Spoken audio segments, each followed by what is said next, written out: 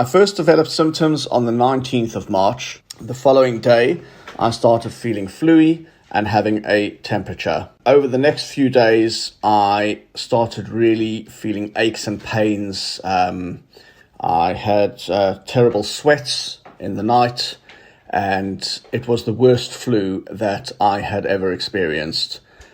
That lasted about a week, after which I slowly started to improve.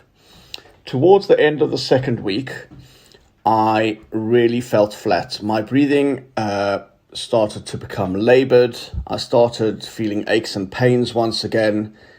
Interestingly enough, I never had a cough. Over the second weekend, it became harder and harder to breathe, and we phoned NHS 111.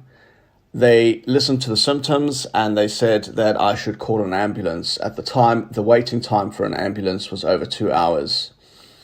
It was incredibly hard thinking that I may have to go into hospital, as at the time we were hearing stories of people walking into ambulances and not coming out of the hospital alive. On the Saturday night, we called the ambulance service, the Hatsola ambulance service, and they came. They took my oxygen. They came into my room in full PPE and hazmat suits, which was frightening.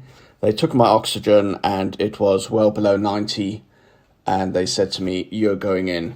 So at the time, you didn't pack bags, you weren't able to take anything other than your mobile phone and a charger into the hospital. I got into the ambulance, they put me on oxygen, and they took me to the Royal Free Hospital, where I was admitted.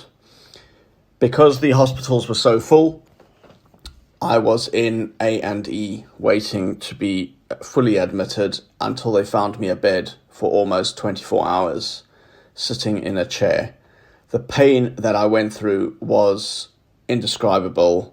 The only thing that the hospital could provide me with for pain relief was paracetamol. And after 19 hours of waiting, I begged them to please just find me a mattress to put on the floor so that I could lie down. They came and said that they wouldn't be able to do that, and I just broke down.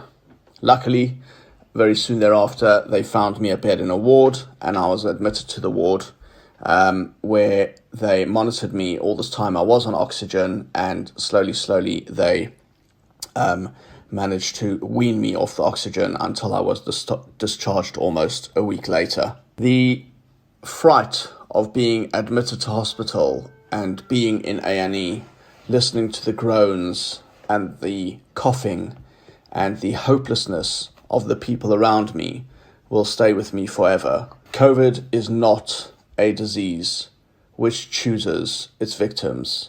It is relentless.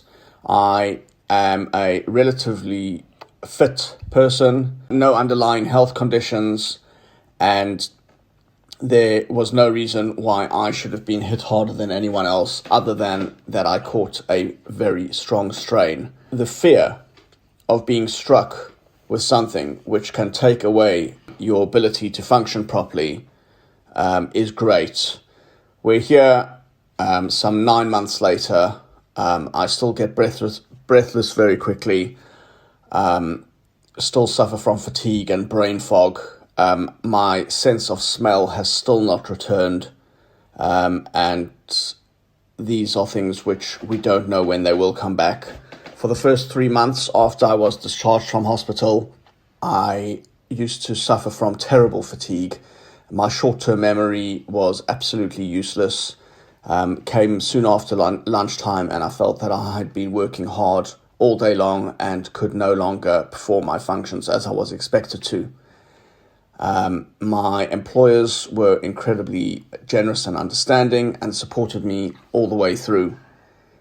It's going to take time to get back to normal. I cannot exercise as much or as well as I used to, and that's something that I still need to build up. Already we are seeing that there are different strains of the virus. It has mutated. So please, if the government issue guidelines to social distance, pay heed to those guidelines. Practice them.